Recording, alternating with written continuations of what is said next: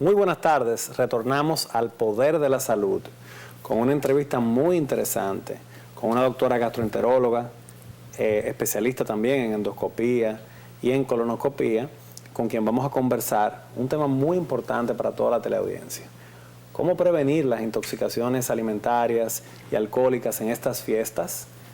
Pero también, ¿cuáles son signos de alarma por lo cual usted debe de acudir a la emergencia? Pero en otro orden también, ¿cómo evitar que todas estas cosas sucedan? Entonces, sin más preámbulos, los dejo con la doctora Cerda, a quien le voy a solicitar que inicialmente haga una breve introducción de ella, de su formación y algunos detalles de su vida primero.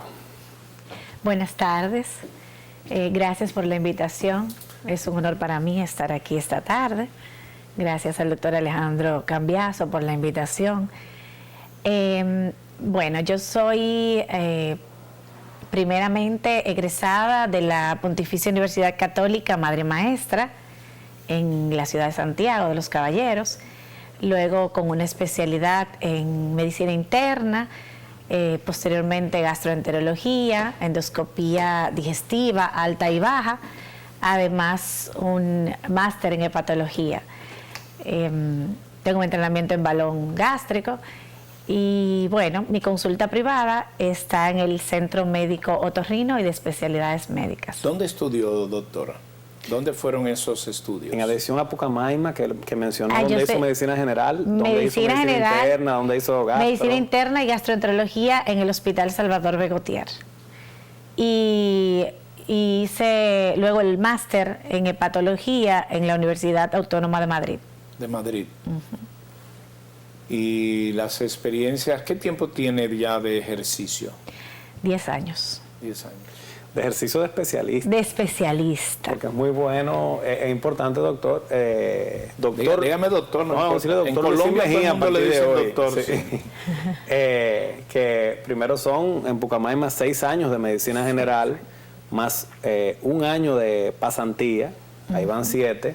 Después que uno entre su especialidad, en el caso, por ejemplo, de medicina interna, dura también de 3 a 4 años. Sí. En adición, posteriormente a lo que es gastroenterología, y en adición, posteriormente, el entrenamiento en hepatología. 1 año. Entonces, si vamos sumando y sumando, don Luisín, son como 12 años. Aproximadamente. Sí, es así. Exactamente. Y luego de la especialidad, uno hace también una pasantía de posgrado. O sea, el entrenamiento es largo. ¿Quién lo piensa? Bueno, antes de iniciarlo debe de pensar bien. Sí. Hoy tenemos un tema súper interesante, que nuestra audiencia está muy atento a él, y es a propósito de las fiestas navideñas, que son conocidas en muchas ocasiones por los excesos. Entonces nos gustaría primero, a nivel de preámbulo, que nos cuentes un poco, en estos 10, 12 años ya de especialista, que ves en las fiestas navideñas en República Dominicana, qué cosas la población tiene que tener en cuenta y qué cosas puede prevenir. Bueno, culturalmente las fiestas navideñas es una época en donde hay muchas reuniones, celebraciones, juntaderas, y donde nuestros hábitos normales cambian. Nuestros horarios pueden cambiar, y en esto vienen los excesos. Muchas veces aumento en la ingesta de alcohol, que en condiciones normales no ingerimos tanto alcohol, los horarios, lo que es la forma de los alimentos que ingerimos, que muchas veces no son manipulados por nosotros, y donde puede haber también, como comenté, te estaba comentando, lo que es la intoxicación alimentaria y lo que es la contaminación cruzada de alimentos. Mire, yo creo que usted ha planteado 2 temas que le escuché fuera de cámara, que es la contaminación cruzada de alimentos. Es un tema central. Pero previo yo me quiero quedar en la intoxicación alimentaria. Hay, además de la normal, o sea, cuando uno se intoxica, lo que yo interpreto, cuando está comiendo y comienza a vomitar, o cuando tiene un malestar de barriga, o cuando va mucho al baño y produce una diarrea, un agua, etcétera, cuando se siente mal. ¿Eso es intoxicación o hay otros síntomas que indican la intoxicación alimentaria? Los síntomas de intoxicación alimentaria son los que usted acaba de mencionar. Un paciente que ingirió algún tipo de alimento, muchas veces un alimento que no está bien cocido, o sea, que no tiene una buena cocción, o un alimento que ya está contaminado, y entonces estas, ya sea bacterias o ya sea virus, entran a nuestro organismo y producen una reacción inflamatoria, lo cual hace que en ocasiones produce náuseas, vómitos, dolor abdominal, evacuaciones diarreicas, y el organismo lo que trata es de eliminar esa toxina que ya ha ingerido. Bueno, hay algunos, yo quiero un poco folclorizar esta entrevista. Hay algunos que se dan un paquete de ron y se pasan de trago y al otro día dicen que se intoxicaron.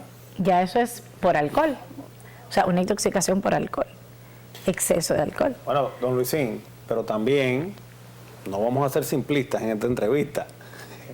A la gente le encanta el combo. ¿Qué quiero decir con eso? Que no solamente toma altas cantidades de alcohol, pero también consume muchísimas cantidades de cerdo, pero también al mismo tiempo muchos preparados de ensaladas que cuentan con mayonesa y otras sustancias que son más fáciles de contaminarse, entre otras cosas. Entonces, a veces se puede hacer un poquito difícil de decir, no, mira, eso es por una intoxicación alcohólica o por una intoxicación alimentaria, cuando comete excesos en ambos sentidos. Entonces, ya a veces los médicos tienen que tratar los síntomas en lo que investigamos cuál es la causa, porque a veces esperar un cultivo, que es lo que nos va a decir si es una bacteria o un virus, puede tardar hasta 4 días, aunque algunas pruebas diagnósticas nos pueden orientar hacia ese diagnóstico, ese seguimiento. Entonces, doctora, de manera práctica, los gastroenterólogos, ante esta sintomatología, esta situación, utilizan medidas para mejorar los síntomas, en lo que se investiga, ¿verdad?, cuáles son estas causas y qué recomendaciones tiene para la población en este sentido, en términos preventivos. Bueno, en general, paciente, lo más importante es hidratarse. Lo más importante es mantenerse hidratado, y en el caso de sintomáticamente, obviamente nosotros tenemos formas de cómo disminuir la parte o parar lo que es la parte de los vómitos, probióticos en el caso de la diarrea, sintomáticamente antiespasmódicos, pero lo más importante en un paciente es la hidratación, definitivamente. Y los pacientes con intoxicación alcohólica, en muchas ocasiones, les restringen algunos tipos de alimentos. Entonces, cuéntenos sobre eso. Muchas veces le dicen, no consuma lácteos, por ejemplo, o no consuma irritantes gástricos. Ante un paciente que presenta náusea y vómito, donde lo más importante es hidratarse, pero ¿cuáles son los alimentos que puede ingerir luego de que presente esta sintomatología? Mira, yo siempre le digo a los pacientes, lo ideal es buscar atención médica. La automedicación, no, o sea, no estoy de acuerdo con la automedicación. El alcohol produce muchas patologías a nivel del tracto gastrointestinal. O sea, un paciente te puede hacer una pancreatitis por alcohol y aparentar ser una simple intoxicación y dar síntomas de dolor abdominal, náuseas, vómitos, un dolor que se irradia a la espalda, y ser una pancreatitis, y realmente es una emergencia médica que puede llevar a la muerte al paciente.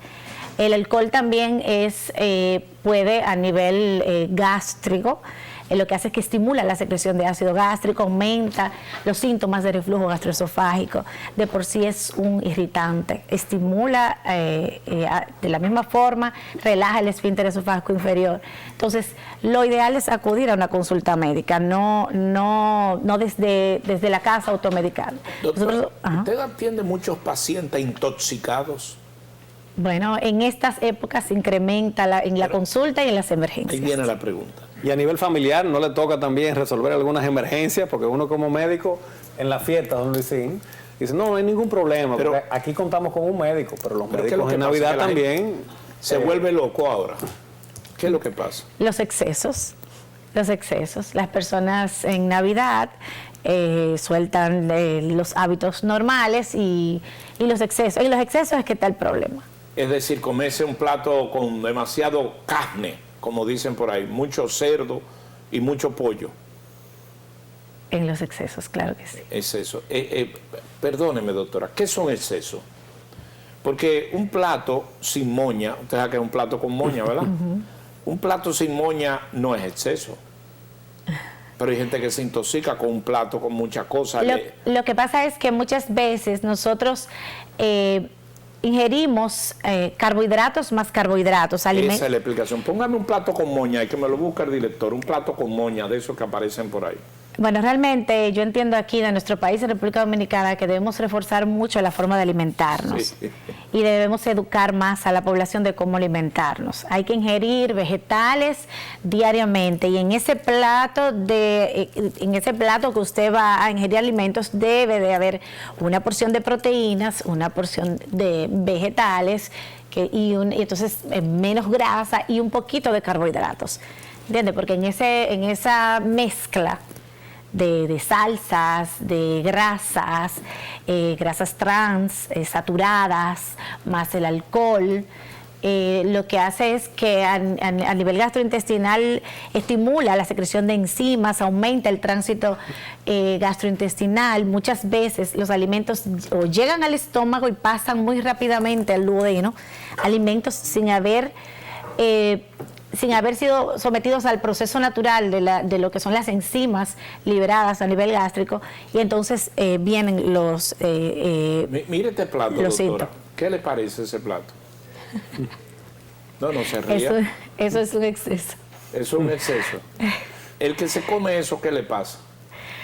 Bueno, obviamente va a tener posteriormente síntomas de sensación de plenitud, puede tener acidez, reflujo, distensión náuseas, abdominal, vómitos, distensión abdominal. Pero el que tiene el plato ahí no lo piensa dos veces. Y eso que ese no tiene arroz. Ahí hay salsas, ahí hay grasas, ahí hay mucho carbohidrato.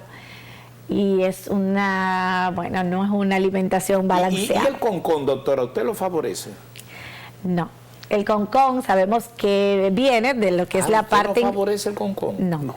Y la bandeja paisa también, eso es otra. El concón viene de lo que es la parte inferior o sea, lo que se cuece debajo, donde la gente lo que hace es que agrega aceite, entonces tiene más grasa. Mire esto, doctora. Más grasa saturada. Plato, Dios mío. Bueno, se ve bonito ese. No es bueno eso, doctora.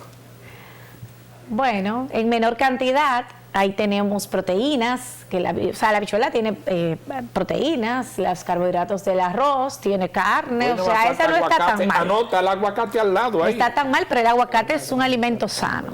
Sí, eso dice, las habichuelas ponen peligroso al hombre. Al ser humano, sí. Las habichuelas es un alimento muy saludable. El problema de las habichuelas es que el grano de la habichuela en su cobertura contiene cruda, lo que es una capa de celulosa que no es digerible por nuestro organismo. Igual el grano de la habichuela contiene fibra, es alto, es rico en fibra, o sea que es un alimento muy saludable. Entonces hay personas que que le produce efectos indeseados. Entonces, ¿cómo cuáles, doctora? Produce mucha flatulencia, distensión abdominal, gases. Lo que llamamos gases. El paciente dice, me siento distendido, y esas flatulencias son incómodas para el paciente y para los familiares. Y para los que estén ahí alrededor. Entonces, lo que se recomienda es que cuando ocurren esos síntomas, al paciente no se le restringe totalmente esos granos, sino se le recomienda que usted puede poner el grano de habichuela crudo o de ya sea de guandules y eso, días antes en agua, y va a eliminar esa agua. Cuando lo dejas en agua por horas, esa capita de celulosa que cubre se va a despegar, que es la que produce mayormente el efecto secundario. Y eso va a minimizar. Lo otro es masticar bien los alimentos.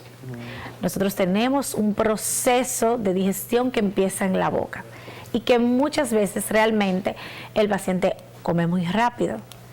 Entonces hay que masticar bien, hay que comer al paso para que el proceso de digestión sea mejor y disminuye con esto los efectos secundarios. Don Luisín, la mayoría de la gente y el público general que no es médico entiende que la digestión se hace en el estómago. Sin embargo, la doctora le está explicando que la digestión comienza en la boca. Al masticar de manera lenta los alimentos, se permiten desdoblar mejor y al mismo tiempo que intervengan inclusive enzimas digestivas que están en la cavidad oral, como es el caso de la tialina, que ayuda a la digestión de manera específica de lo que son los carbohidratos. Y luego de que ese bolo alimenticio pasa de la cavidad oral hacia el esófago y llega al estómago, en el estómago se encuentra ya con otros elementos digestivos como son o jugos gástricos, la pepsina, el pepsinógeno, hay unas células que son las oxínticas y las parietales que producen este jugo ácido que permite desdoblar aún más estos alimentos para que luego cuando pasen al intestino sean absorbidos y se puedan aprovechar los nutrientes. Sin embargo, cuando se obvia una de estas fases o se mastica rápido y pasa el alimento de inmediato, el estómago tiene que producir más jugo gástrico y al mismo tiempo no se absorben bien esos alimentos, se producen estos efectos indeseados. O sea que importante masticar bien los alimentos, no tomar mucha agua durante la comida, sino media hora antes o 40 minutos después para hacer una mejor digestión y llevar una dieta un poco más equilibrada. A propósito de eso, doctora, ¿es correcto tomar o no tomar agua con la comida? Es preferible, tal y como él dijo, no se recomienda ingerir agua inmediatamente. Después que usted coma. No. Ni durante la comida. No. Doctora, y un jarro de agua Eso fría. enlentece el No, pero un vaciamiento. momentico, doctora, espérese. Pero un jarro de agua fría con la comida es una cosa fantástica. Lo que pasa es que yo entiendo y les repito que hay que mejorar los hábitos y educar más a la población respecto a cómo debemos alimentarnos. Entonces, un vaso de agua fría no es conveniente. No es recomendable porque enlentece el vaciamiento gástrico e interfiere en el proceso natural de la digestión. Y jugo que la gente come con un jugo de naranja. Tampoco, claro que no. Ningún tipo de jugo. Ningún tipo de jugo. ¿Y una copa de vino? El vino sí podría. El vino sí, el jugo no. Explíqueme eso. Bueno, como digestivo, al igual me imagino que el café y que otras No, sustancias. pero el café después, como media hora después. Pero Estamos hablando después de Pero comida. después, pero concomitantemente se puede tomar su copita de vino. Realmente, por peso molecular, el menos recomendado es el agua. El agua tiene un alto peso molecular. Es correcto, sí. Entonces, es el menos Y recomendado. eso es lo que hace que uno esté muy pesado. Sí, exactamente. Eso enlentece el vacío. Pero el dominicano no cree eso. El dominicano le gusta su jarro de agua y frío mucho más.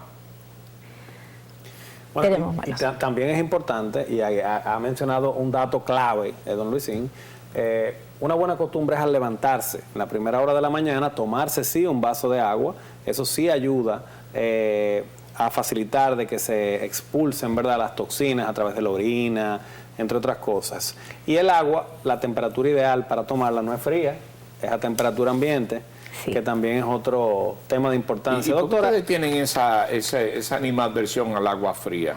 Mira, respecto al tema que acabas de mencionar, el agua, el tomarte un vaso de agua al levantarte en ayunas y preferiblemente sin cepillarse, es muy sano para nuestra salud. O sea, cuando tú te levantas, tomar un vaso de agua. Y sin cepillarse, preferiblemente. ¿Por qué? Porque nosotros activamos lo que se llama el complejo motor migratorio. ¿Qué son? Nosotros tenemos esfínteres a lo largo de nuestro tubo digestivo, empezando con lo que es el esfínter esofágico inferior, en el estómago tenemos el píloro y más adelante. Entonces, los movimientos intestinales se activan cuando nosotros tomamos un vaso de agua a temperatura ambiente, en ayunas y sin cepillarnos. ¿Por qué sin cepillarnos? Porque nosotros tenemos bacterias en nuestra cavidad oral que son bacterias buenas que están con nosotros durante la noche y que al ingerir alimentos esas bacterias van a descender a nuestro tracto digestivo. Y como sabemos, nuestra microbiota intestinal, que actualmente, o sea, se ha demostrado, ¿verdad?, en investigaciones, que es parte de lo que es, o sea, se ha relacionado con lo que es nuestra salud y con lo que es la prevención de muchísimas enfermedades cuando mantenemos una microbiota intestinal sana, ¿ok? Y eso ayuda a mantener una buena microbiota intestinal. La parte entonces fundamental es no tomar agua durante la comida. Ni esos jugos No. con azúcar. Los jugos, ni con comida ni sin comida, son muy recomendados, porque sabemos que tienen alta carga de fructosa. ¿Okay? Y la fructosa lo que hace es realmente, no solamente porque aumenta peso, pero aumenta lo que es el depósito de grasa y todo eso. Sabemos que cuando estamos ingiriendo un vaso de jugo de naranja, estamos ingiriendo en lugar de una naranja, 5 o 6 naranjas. Y eso tiene una alta carga, estimula la secreción de insulina y tiene un proceso químico que no es sano. Doctora, de manera práctica, para nuestros televidentes, que en su cena de Nochebuena lo usual es el cerdo, el moro, la ensalada rusa y los pasteles en hoja, también que se toman su roncito, que se toman su whisky o que se toman sus diferentes bebidas. ¿Qué sería una dieta equilibrada en una noche tan especial como esta? Bueno, realmente moderación. Moderación. O sea, usted puede, en lugar, si se va a comer su pastel en hoja, usted puede ingerir medio pastel en hoja, empezar siempre por la ensalada, ingerir ensalada, puede su cerdo asado, preferiblemente lo que es la parte magra de la carne, que es la que tiene altas en proteínas y tiene menos concentración de grasa, ¿ok? Y moderación con lo que son los carbohidratos como el arroz, moderación con las cantidades, porque sabemos que muchas veces cenamos tarde y el proceso de la digestión no se va a completar y puede ser que en la madrugada o en la noche usted se despierte con síntomas indeseados de reflujo, de acidez, vómitos, ¿ok? Y si tiene alguna otra patología de base que no conocía, puede ser que termine en una emergencia. Encima del alcohol y los dulces. Entonces, la moderación. Ese día no se acaba el mundo, mañana va a haber más días, pasado mañana, si hoy es Nochebuena, entonces ser moderado, moderación en las cantidades sobre todo y en lo que ingerimos. Sí. Definitivamente Navidad es una fecha también que hay que ser mesurado a la hora de tomar bebidas alcohólicas y sobre todo tomar el volante, porque vemos que es una de las noches donde hay más accidentes de tránsito precisamente por consumir excesivas cantidades de alcohol y tratar de llegar rápido a diversos sitios, etcétera. O sea que también es importante de que tome ese volante aquella persona que no esté consumiendo alcohol o que lo consuma con moderación. Bueno, nosotros nos vamos a ir a un pequeño corte comercial y luego vamos a volver hablando de unos temas muy importantes. Vamos a conversar, como la doctora hablaba ahorita, ¿cuándo determinamos que un paciente puede hacer una pancreatitis por alcohol? ¿En qué momentos hay que hacerse una sonografía o un estudio médico? Porque a veces también vemos que hay pacientes que en estas fechas desarrollan inflamación en la vesícula biliar o en el páncreas o en otros órganos. ¿Cuándo debe de acudir a la emergencia ante un dolor abdominal? Entre muchas otras preguntas importantes para orientarlos sobre la gastroenterología. Y la cruzada. La contaminación cruzada. Contaminación cruzada. Señor.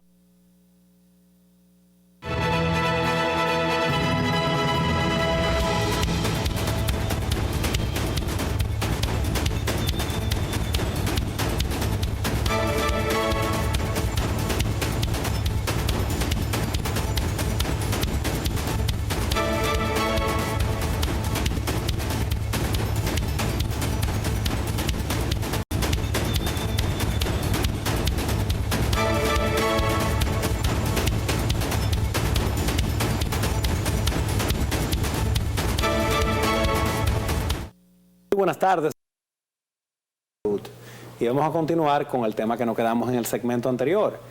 Preguntándole a la doctora, ¿cuándo debemos de sospechar de una pancreatitis o de que la vesícula biliar esté inflamada o de una apendicitis o de alguna emergencia, ya sea quirúrgica o gastroenteróloga?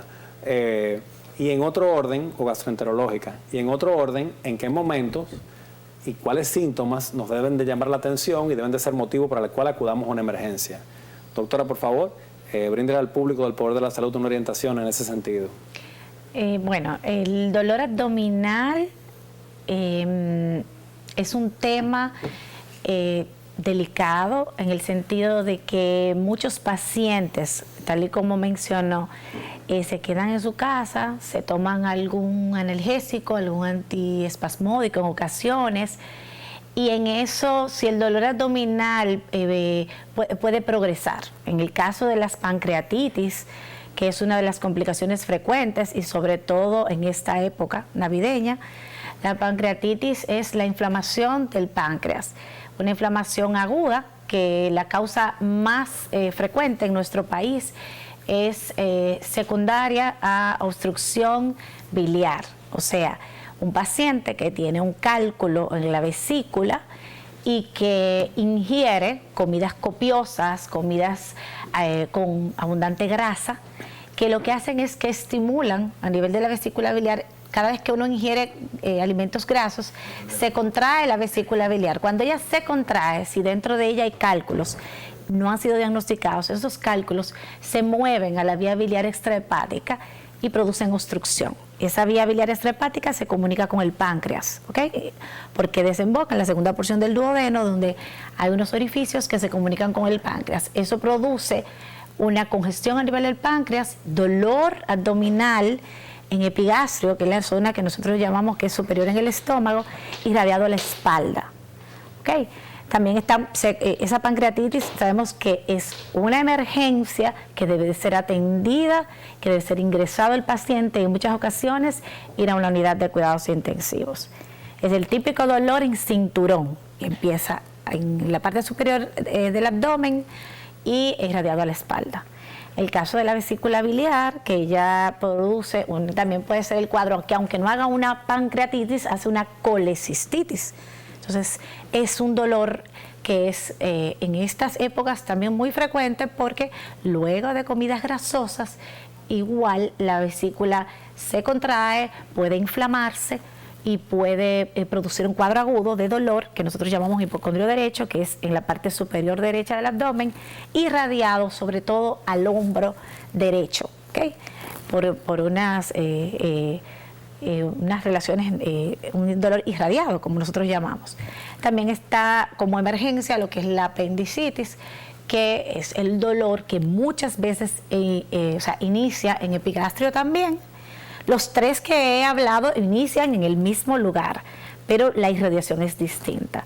Entonces el paciente empieza con un dolor que entiende que fue algo que le cayó mal y luego se irradia lo que es a la parte inferior derecha del abdomen y ya sí es un dolor que puede incapacitar al paciente, la movilidad y producirle incluso posiciones antiálgicas y que necesita de ir a una emergencia.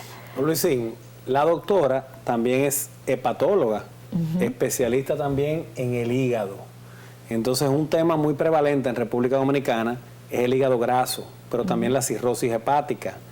¿Cómo los dominicanos pueden diagnosticar estas enfermedades? ¿Cómo pueden prevenirlas? ¿Cómo pueden tratarlas? Bueno, lo que comúnmente se llama como hígado graso o esteatosis hepática no es más que una degeneración grasa del hígado, depósito de grasa a nivel de los hepatocitos, de los canalículos, que tiene varias causas. La causa de las más frecuentes, obviamente, está muy estrechamente relacionada a lo que es síndrome metabólico. O sea, ¿qué es el síndrome metabólico? El paciente diabético, obeso, con obesidad abdominal, con aumento de la grasa, sobre todo centrípeta, que tiene aumento de riesgo cardiovascular. Hoy día incluso lo que es el hígado graso, las siglas cambiaron y es esteatosis hepática asociado a disfunción metabólica. ¿Por qué? Porque es un reflejo de enfermedad metabólica que aumenta el riesgo cardiovascular. Entonces, realmente no produce síntomas, no produce dolor. El paciente se diagnostica muchas veces por una ecografía o sonografía abdominal que se la indica algún especialista, algún médico, y casualmente el médico le informa: mire, usted tiene que ir al gastroenterólogo porque usted tiene grasa en el hígado. Esa grasa tiene diferentes grados. Hay leve, moderada y severa. Y dependiendo de la severidad, de qué tanto porcentaje de grasa hay en ese hígado, entonces está la posibilidad de progresión a cirrosis por grasa. ¿Okay? Hay un porcentaje que puede ser 66, 80, 100% del hígado totalmente, como decimos, arropado de grasa, y eso lo que produce es esteatohepatitis, que es inflamación crónica del hígado que produce fibrosis a nivel hepatocelular, y esa fibrosis con los años va a llevar a cirrosis. Dependiendo de qué tanta inflamación haya, entonces va a ser más rápida la progresión. ¿Okay?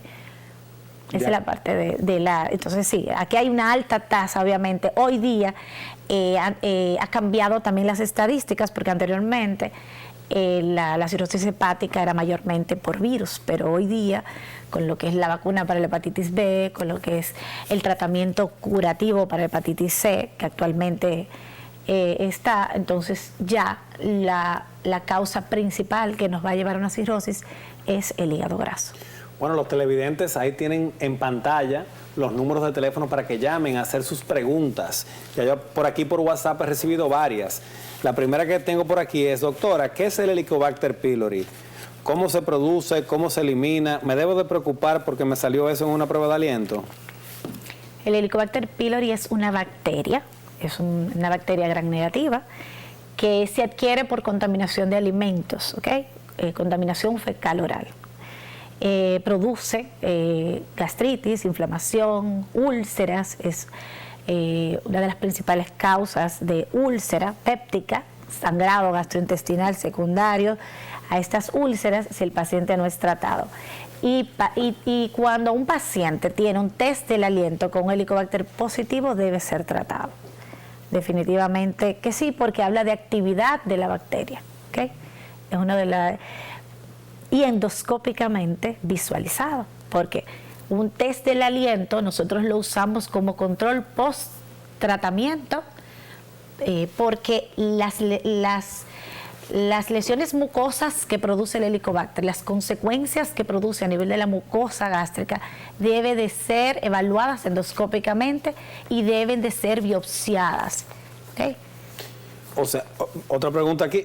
O sea que las pruebas del Helicobacter pylori en sangre no son muy eficientes. No tienen ninguna validez realmente. ¿Y cómo se determina entonces? O sea, el Helicobacter pylori, esas pruebas, cuando se inició el estudio de las pruebas del Helicobacter a nivel serológico, fue con la finalidad de ver prevalencia de la población, no Helicobacter activo. La actividad del Helicobacter se diagnostica por 3 vías: biopsia gástrica, antígenos fecales para el Helicobacter pylori, o sea, en la materia fecal o en test del aliento. ¿Es peligroso el Helicobacter pylori? Es una bacteria que está comprobado que produce cáncer gástrico. Produce un cáncer llamado MALT, que es un tipo de linfoma asociado a mucosas, y por lo tanto produce a nivel de la mucosa gástrica cambios crónicos en pacientes no tratados. Bueno, tenemos nuestra primera pregunta en línea. Muy buenas tardes. Su pregunta, por favor. Dios la bendiga. Fíjese, escuchando a la doctora con relación al consumo de la grasa, entiendo que la grasa es acumulativa durante el periodo de vida de la persona. Sí, me gustaría una aclaración sobre eso. Gracias. Claro. Bueno, obviamente... nosotros recomendamos, o sea, las grasas no son malas dependiendo de qué tipo de grasas estamos ingiriendo.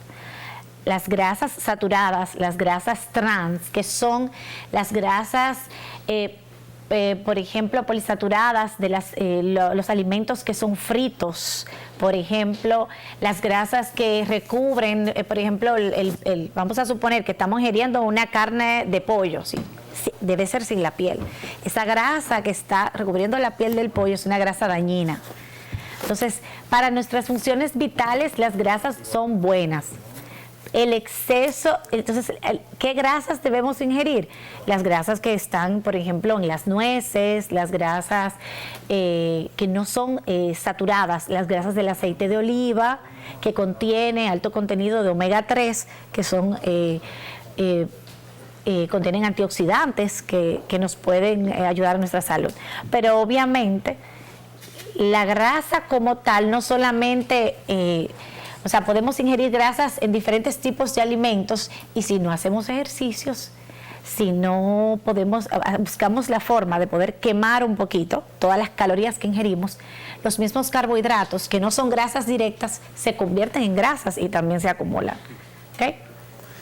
Bueno, yo creo que también complementando la respuesta de la doctora, estábamos hablando de dos tipos de situaciones. Una situación aguda de la intoxicación alimentaria, de que si tenemos un consumo de grasas abundantes y también las mezclamos con alcohol y con otros alimentos y bebidas, tenemos la predisposición a poder tener una intoxicación alimentaria que pueda requerir un tratamiento y que es lo que queremos evitar precisamente en este programa, generando conciencia en las fiestas.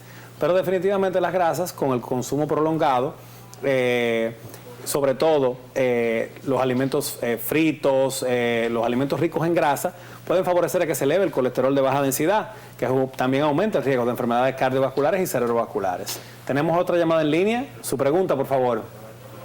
¿Aló?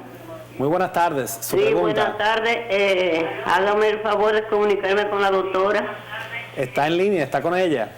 Ok. Sí. Una pregunta. Doctora, felicidades.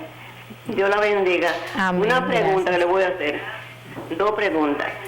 Hábleme del coco y de la batata. El coco y la batata. ¿En qué sentido? ¿Cuál es su pregunta directamente respecto? ¿En qué sentido? La batata produce estímulo de la secreción de ácido gástrico y... Ajá. Le voy a decir algo. Mire, yo consumo mucha batata.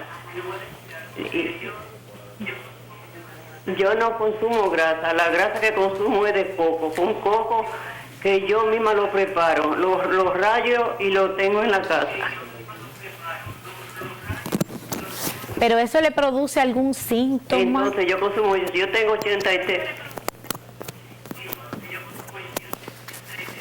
83 años, a mí no me duele la espalda, ni la coyuntura de los brazos, ni de los pies, de ningún lado. La batata es un alimento sano. Usted puede ingerir batata. De ese producto. Usted puede ingerir batata y moderadamente el coco también es un alimento sano, dependiendo. El aceite de coco sí tiene grasa saturada, pero usted puede ingerirlo. Si no le produce daño, no le produce síntomas, usted está comiendo alimento natural. Usted puede puede seguir ingiriendo su batata. Bueno, y también el coco es una fruta que es rica en vitamina E, lo que tiene propiedades fantásticas para la piel. También el agua de coco tiene muchas propiedades beneficiosas. Sin embargo, todo en exceso puede producir daño. El exceso de agua de coco puede tender a favorecer a que se eleven los triglicéridos. Por eso los pacientes que tienen altos niveles de triglicéridos se les recomienda tomar mucha agua, evitar el consumo excesivo de alcohol y también y sobre todo hacer ejercicio y evitar el consumo de alimentos que sean ricos en grasas, por lo que definitivamente todo con moderación y sobre todo los alimentos orgánicos son beneficiosos. Doctora, otra pregunta. En el orden gastroenterológico, en estas fechas, ¿cuál es la razón por la cual van más pacientes a su consulta? Los dominicanos en esta fecha en diciembre, ya después de mediados de año, ¿por qué van más a la consulta del gastroenterólogo? Síntomas dispépticos. Eso hablamos de dolor abdominal, acidez, reflujo. Van muchos pacientes con infecciones gastrointestinales, cuadros de diarreas, gastroenteritis, deshidratación e intoxicación alimentaria. Bueno, doctora, tenemos otra pregunta de un televidente. Su pregunta, por favor. Buenas tardes, está en línea, su pregunta. No, buenas tardes. Su pregunta, baja el televisor y adelante. Sí, la pregunta.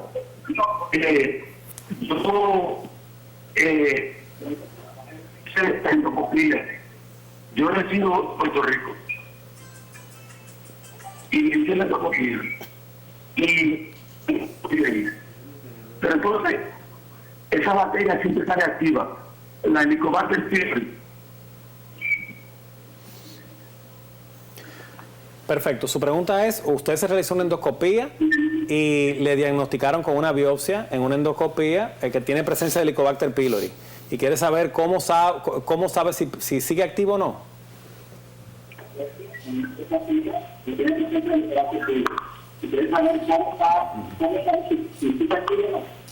Sí, no, ya yo me la hice y me sale activo, siempre me sale activo. Después de la endoscopía, me sale activo. Y me hizo la colonoscopía también y salió todo bien. De acuerdo. Le vamos a pasar la palabra a la doctora, pero también hay Helicobacter pylori hoy día que son polifármacos resistentes, que a veces cuando se trata un tratamiento antibiótico se utiliza mucho la amoxicilina, por ejemplo, en conjunto con claritromicina, otras combinaciones de otras drogas también con protector gástrico, y a veces cuando no es efectiva hay otras terapias que se utilizan para garantizar de que pueda llevarse el control de lo que es el Helicobacter pylori.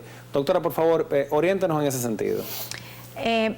El Helicobacter pylori es una bacteria que debe ser tratada específicamente con un grupo de fármacos antibióticos, y hay diferentes formas de hacerlo. O sea, hay pacientes que, tal y como has dicho, tienen resistencia al tratamiento. Hay pacientes que no llevan el tratamiento tal y como se lo recomienda el médico. O sea, el tratamiento actual es de 4 fármacos. Dependiendo de la población, a veces hay resistencia en diferentes poblaciones y por eso es diferente el esquema de antibióticos utilizado. En paciente que ha sido tratado con contra el Helicobacter y continúa positivo, se debe hacer un cultivo. Entonces, con el cultivo, entonces se va a hacer un bacteriograma y se le va a dar un tratamiento específico, porque el cultivo me va a dar una sensibilidad a qué antibióticos esta bacteria específicamente de ese paciente es sensible. ¿Ok? Entonces, de acuerdo a eso, ya uno hace un tratamiento más dirigido. ¿Ok? De acuerdo. ¿Cuándo debe de ser la primera endoscopía? ¿Cuándo debe de ser la primera colonoscopía? ¿Cuál es la diferencia entre la píldora también cápsula endoscópica o la cápsula endoscópica? ¿Y en qué momento se usa cada una? Bueno, dependiendo de la epidemiología, de la frecuencia, es que se hacen las guías. O sea, hay países, por ejemplo, por hablar de Chile o países de alta prevalencia en cáncer gástrico, en donde una endoscopía en un paciente asintomático, endoscopía digestiva alta, debe iniciarse a los 40 años. Ellos lo tienen regularizado. En nuestro país, paciente sin síntomas, estamos hablando de un paciente que nunca ha tenido síntomas gástricos. En el caso de la endoscopía digestiva alta, puede hacerse una primera endoscopía a partir de los 50 años. La colonoscopía, recomendamos que debería iniciarse a los 45 años. Ya las guías han cambiado. Anteriormente era a los 50 años, ya ha disminuido a los 45 años, porque se ha visto en personas jóvenes, sobre todo menores de 40 años, que está incrementando lo que es el diagnóstico de cáncer colorectal en etapa temprana. ¿Okay? Aún no tenga síntoma el paciente. ¿Okay? Si tiene síntomas, obviamente, disminuye lo que es la edad de que se hace una colonoscopía. Doctora, ¿cuáles son las causas por las cuales se produce ese tipo de cáncer de colon? El cáncer de colon es multifactorial, ¿ok? Es multifactorial. Hay causas hereditarias, tenemos síndromes hereditarios, como que está la poliposis adenomatosa familiar, que son pólipos heredados, o sea, pacientes que me dicen, no, mi papá tenía pólipo, mi mamá, ya sea por la vía paterna o por la vía materna, directa, porque es autosómica dominante, se pueden, entonces va a aumentar el riesgo. Igual estos pacientes que hacen familiares que tienen cáncer de colon, por ejemplo, estos pacientes que dicen, mi papá le dio cáncer de colon a los 50 años, ya el hijo, o sea, debe hacerse una colonoscopía 10 años antes que el diagnóstico de su padre. ¿Y la alimentación, doctora, que incide algo en el cáncer de colon? Sí. Bueno, se ha visto relaciones, por ejemplo, el caso de las nitrosaminas, lo que son está demostrado la dieta alta en alimentos ultraprocesados. Estamos hablando de las salchichas, de los ahumados, de estos alimentos que son ultraprocesados y que tienen una alta concentración de grasas saturadas, ¿ok? Las nitrosaminas se encuentran en estos alimentos, en los asados, en las parrilladas, sobre todo las carnes rojas, que la colocamos en la parrilla, entonces esa grasa que elimina la carne lleva un proceso, y entonces cuando se pone en contacto con el fuego libera esta sustancia que se llaman nitrosaminas, que también se han demostrado que son cancerígenos. Los pacientes que tienen una dieta baja en fibra. La fibra es alimento para nuestro colon y para nuestro organismo. La fibra es el alimento de nuestro colon. Nosotros necesitamos ingerir diariamente fibra. ¿Qué es la fibra? El alimento, lo que no se absorbe. O sea, estamos hablando que yo ingiera diariamente lechosa, la fruta, que yo ingiera la naranja, la piña, la fruta, ¿verdad? Los vegetales, la lechuga, todo esto que no se absorbe, la avena, todo lo que es la pajita que le llamamos, que a muchas personas no le gusta. Esto, cuando llega a nuestro colon, a nuestros intestinos, es alimento para nuestras bacterias. Nuestras bacterias intestinales que tenemos a nivel de nuestro tracto digestivo son nuestros guardianes. Nos protegen de enfermedades. Doctora, hay otra pregunta. Nosotros hace una semana, un par de meses, tuvimos aquí a su colega Alberto Santana, y él habló del tema de probióticos y habló del yogur también. ¿Cuál es la importancia? ¿Qué son los probióticos y cuál es la importancia de consumirlos? ¿Y en qué yogur, en qué tipo de yogur los encontramos? Los probióticos, su nombre viene de pro vida. Pro vida. Y los probióticos los encontramos en múltiples alimentos. El yogur, claro que sí, el kefir, que es lo conseguimos en el supermercado, está lo que es el kefir, principalmente el yogur griego, y algunos yogures tienen más alta concentración, pero en realidad el yogur es un alimento que contiene probióticos, ¿ok? Déjenos atender, doctora, con su permiso, una llamada y que tenemos un televidente insistente. Adelante con su pregunta, por favor. Sí, por favor, yo quiero saber si una persona diabética y con problemas de riñones puede tomar avena, comer avena, tomar avena. La avena es un alimento muy sano, que sí está recomendado, ¿ok? Depende de cómo usted toma esa avena. O sea, estamos hablando de que usted puede tomarse la avena con cuchara, le puede hacer preferiblemente con una leche de almendra, que es una leche de origen vegetal.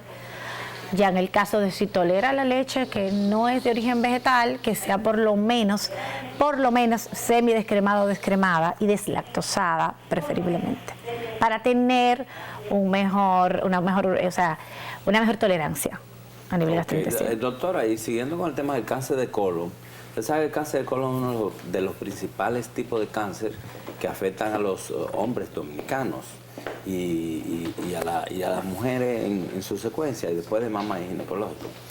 Le quiero hacer una pregunta muy específica.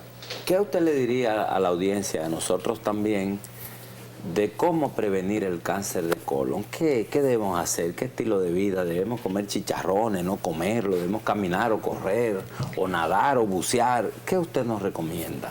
Mira, la alimentación, una alimentación rica en frutas, en verduras, en granos.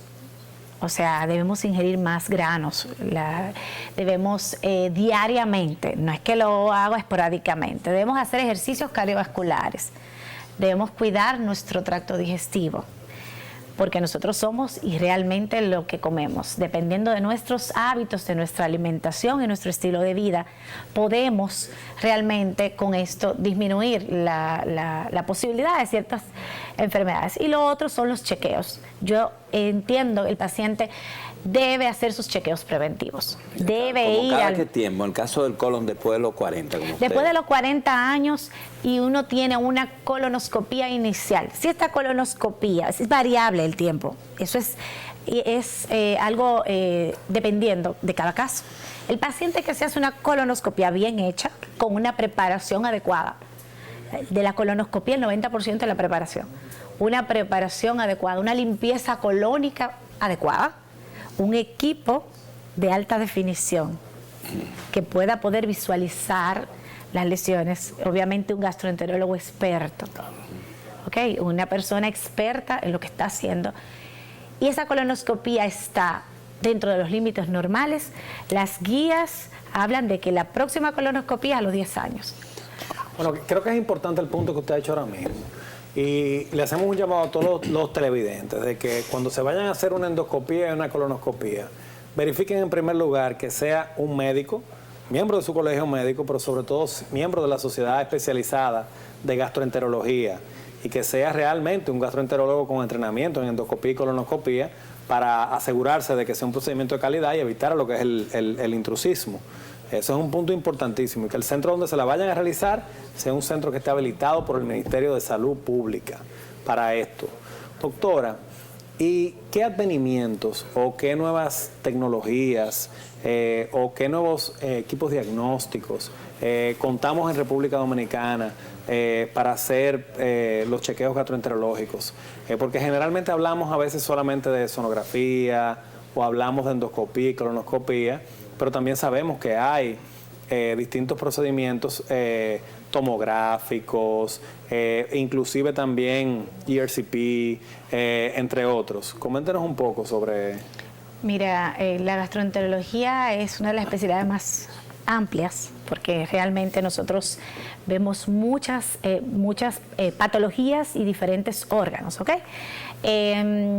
Actualmente los equipos de alta resolución, en el caso, empezando con lo que es endoscopía y colonoscopía, que aparenta ser solamente una endoscopía y una colonoscopía, el equipo de alta resolución que te pueda magnificar la imagen, que tú puedas poder ver las lesiones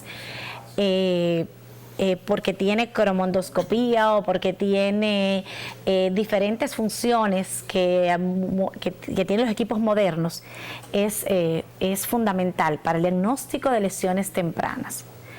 En el caso de la hepatología, por ejemplo, se cuenta con lo que es el FibroScan o la elastografía hepática, que es un equipo innovador realmente que compite con la biopsia hepática, y que actualmente, sabiendo que aunque no va a poder reemplazar el rol de la biopsia histológicamente, sí nos puede dar mucha información. Y es un estudio que se utiliza mucho en los pacientes con enfermedades hepáticas, desde esteatosis hepática, y que nos puede hablar de lo que es la fibrosis y las posibilidades de progresión a cirrosis de los pacientes, o muchas veces pacientes que no tienen síntomas floridos y es un paciente ya cirrótico, lo podemos diagnosticar combinando diferentes formas con una elastografía. Pero se indica poco, realmente la elastografía. Se indica bastante. Vemos que sobre todo los gastroenterólogos, pero los otros especialistas, cuando vemos en las evaluaciones preventivas, por ejemplo, internistas, médicos familiares, no es tan común, no hay tanta conciencia en otras especialidades que no sean la hepatología y la gastroenterología, de la importancia, y sobre todo por la prevalencia de hígado graso, y de indicarle la elastografía. Y quiero preguntar, ¿esto se debe, los seguros la cubren, no la cubren? No. O sea, ¿a qué se debe? No está en el plan de los seguros médicos. Eso es, realmente se está trabajando, pero en lo que es en el medio de la gastroenterología sí se indica bastante. Hay que tomar conciencia con lo que es las enfermedades hepáticas, porque son silentes. O sea, estamos hablando en la mayoría de los casos, el paciente no tiene síntomas y el paciente entiende que no tiene síntomas, no tiene nada. Entonces, el paciente, por eso es la importancia de los chequeos preventivos, la importancia de acudir al médico y la importancia de que si hay elevación de las transaminasas, de que si hay cambios a nivel de laboratorio, el paciente debe ser referido a un gastroenterólogo. Y debe ser, ya luego que llega a la especialidad, entonces el paciente va a ser tratado como debe. O sea, tratar por especialidad cada caso, porque a veces hay médicos que lo tratan todo, no debe ser. Es decir, cada tema con su experto. Ok, doctora, y estamos bien en equipo para para visualizar diferentes patologías. Por ejemplo, aquí se puede hacer un fibroscan, me parece que es Sí, para el claro hígado. que sí. Aquí se pone, bueno, colonoscopía y píldora, la píldora endoscópica. Sí, la Se hace hace cápsula muchos años, endoscópica. la cápsula, incluso se ha ido mejorando, cada vez más rápido, la cámara más amplia y demás. ¿Cómo estamos en sentido general para visualizar o previsualizar de manera, digamos, preventiva para el aporte del diagnóstico? ¿Cómo estamos para ver todas esas patologías que se dan en el sistema gastrointestinal o el sistema digestivo?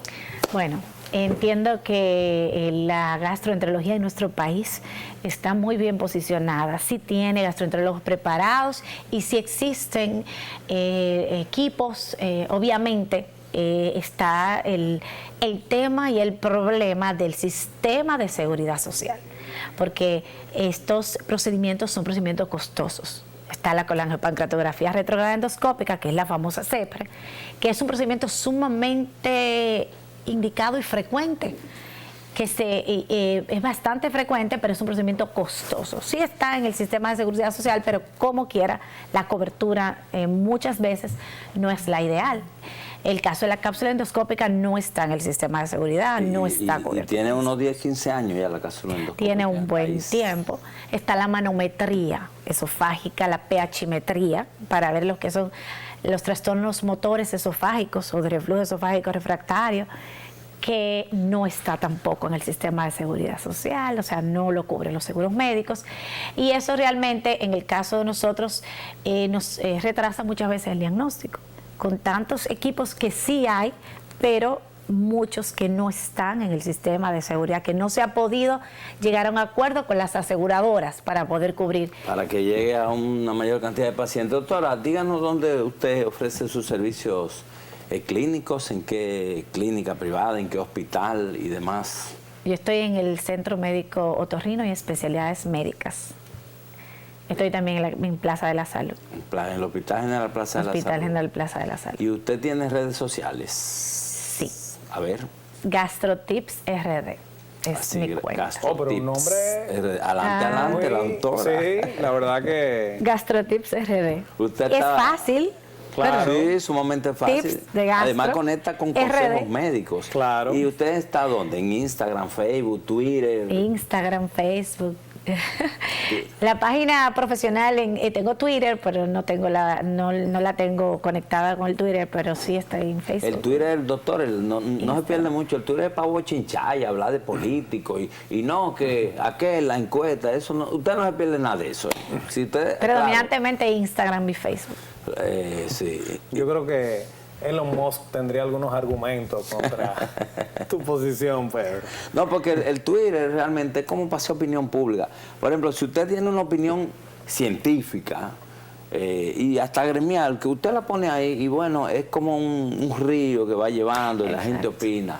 Pero ahí lo que se habla es de que Abinader tiene tanto, que Leonel tiene tanto, eso, y además los bots y los militantes de los partidos han dañado eso. Yo tengo un Twitter, síganme por cierto, @Pedro Ángel MS, M de Martínez, Pedro Ángel MS, pero yo casi no lo uso porque ahí es bochinche, que no, que Leonel, que oye, y entonces la parte científica se echa de lado ahí.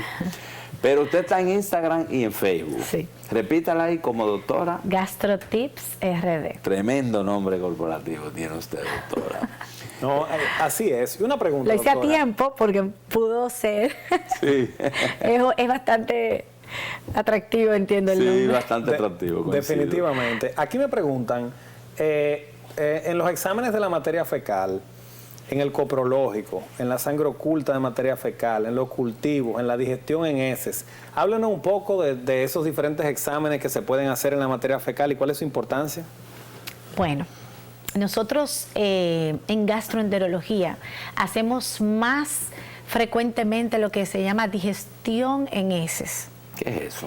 La digestión en heces es un estudio un poquito más, es más completo que un coprológico simple, donde el coprológico hace una evaluación, sangre oculta y algún microorganismo que prolifere, principalmente de origen parasitario. Y también estudia si hay leucocitos o no. en la digestión en heces nosotros podemos ver más detalles, podemos ver si hay grasas, almidones, levaduras, tripsina. Es un estudio más completo de la materia fecal. Y muchas veces, porque el estudio de la materia fecal no solamente buscamos las diarreas infecciosas, sino los pacientes con síndrome de malabsorción, que son diarreas no infecciosas. Y es donde vamos a ver alimentos sin digerir, vamos a ver tripsina en los pacientes, por ejemplo, que tienen síndrome de mala absorción, probablemente por una pancreatitis crónica, y nos da más información. También actualmente, de actualidad, quiero decir algo, los coprocultivos cada día más, en el caso de los gastroenterólogos, son menos indicados. Es decir, mucha gente indica mucho coprocultivo. ¿Y qué es un coprocultivo? Un coprocultivo es que la materia fecal yo la voy a cultivar, o sea, va a ser cultivada en un medio específico y va a observarse por 48 horas y va a ver si hay un crecimiento de alguna bacteria. Pero se ha demostrado que la técnica con la que se hace ese coprocultivo, solo un 20%. Dese cuenta que si, por ejemplo, Cambiaso, que es médico, se da cuenta que los coprocultivos la mayoría dan negativo, en un 20% solamente dan positivo, y es por la técnica. Hoy día existe lo que se llama panel gastrointestinal, y existen otras técnicas de evaluación, incluso de protozoarios, que son por cadena de polimerasa, y son de resultados rápidos. O sea, estamos hablando de que un paciente tiene por ejemplo, un cuadro de gastrointestinal, una diarrea, le hago el coprológico y da negativo, puede dar negativo, porque le hacemos los análisis, tiene glóbulo blanco muchas veces altos o no, le hago un panel gastrointestinal y me sale todo. Y otra pregunta, doctora. Aquí me preguntan también cómo se diagnostican los hongos en la materia fecal, si hay algún estudio para eso. Panel gastrointestinal, incluso hay un panel o sea, en el panel gastrointestinal podemos ver virus, parásitos, hongos, bacterias. O sea, es más amplio por lo que digo, porque es por cadena de polimerasa. O sea, estamos hablando del DNA de la bacteria, genéticamente. Y ahí sale todo. Sí, claro. Y aquí se hace, laboratorios. No. Sí, doctor Cambiaso, es importante recordar que este programa lo tenemos colgado en nuestro Instagram, @elpoderdelatardé, y también en nuestra cuenta de YouTube, El Poder de la Tarde. Doctora, ¿usted ha hecho el trasplante de heces fecales? En nuestro país realmente todavía no, pero es algo que Dios mediante se va